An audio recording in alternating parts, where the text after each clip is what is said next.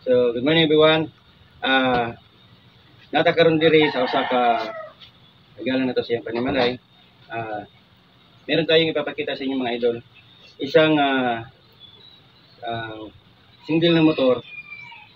Yun ang ginagamit niya daily kasi ano siya mga idol, member siya ng isang PWD o person with disability. Kasi kalimitan sa mga kaibigan natin, mga kapatid natin na mga PWD, minsan nahihirapan sila nga bumiyahe, kung pumunta kung saan nila gustong puntahan kasi nga hirap sila sa sasakyan. So yung iba naman, yung marunong magmaniho, meron silang mga idea kung paano gawin yung single motor into 3 wheels, no? Kumbaga, hindi hadlang sa kanila yung lugar kung saan sila gusto pumunta. So ipapakita ko sa inyo mga idol ha. So ay mga loads, ito yung sinasabi ko sa inyo mga idol na ang isang lumang motor, ito lumang-luma na to na motor mga idol. Ano to? Elto na Yamaha mga idol, ayan oh. Ayan. Luma na yan mga idol pero napapakinabangan pa. Ayan. Ang ginawa niya, kinabitan niya ng dalawang gulong dito sa likod para hindi siya madaling matumba. So ito mga idol, kahit ganito lang ang itsura nito, kung wala kang pera at saka wala kang motor, mahirapan ka mga lods kasi medyo may kamahalan ito pag ito'y pinagawa mo sa paggawaan. So ayan mga lods oh. Ano siya? Umabot na siya ng 16,000 gastos mo nito. 16 oh, nasa 16. Pero hindi pa to furnace mga idol ha. Hindi pa ito yung pinaka-final. Ano lang ako, namangha lang ako gawa ng siyempre. Bihira lang tayo makakakita ng isang motor na ginawa siya ng ganito na design. Ayan oh. May mga nakikita ko na ganito na klase ng motor mga loads, yung medyo mahal ng kaunti. Pero ito sa kanya, gawa ng siyempre, gawa ng kahirapan, siyempre maghanap talaga ng mas nakakamura ka na di baling medyo luma, at least napapakinabangan.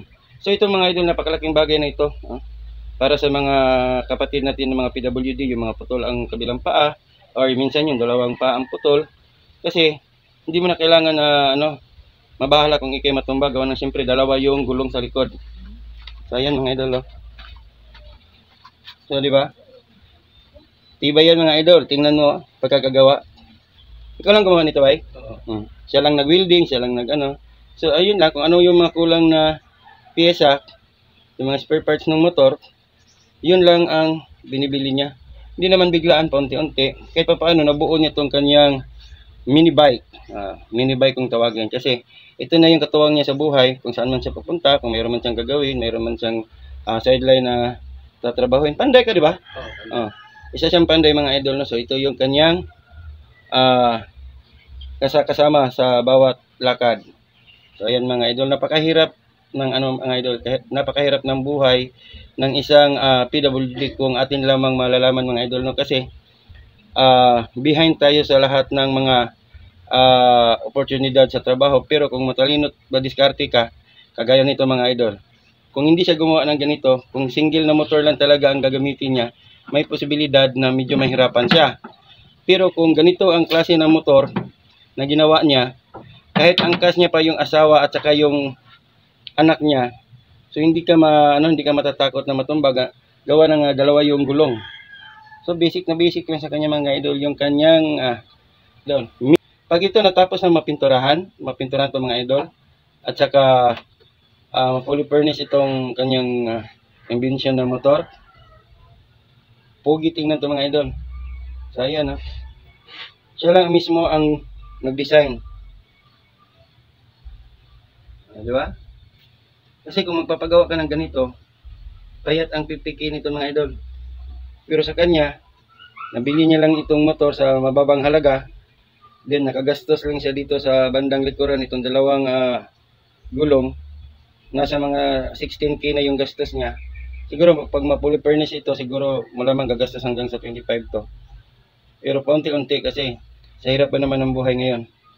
So ayan mga idol napaka madiskarte ni idol natin ayun na simple lang yung mga gulong pero kung tingnan mga idol, nandun sa ilalim yung yung kanyang lambot. So medyo maputik lang mga idol, gawa ng siyempre medyo maulan. Ayan yung kanyang motor. Diba? So, yun lang mga idol. Sa mga gusto nga magpagawa, alam na. So, yun lang. Thank you.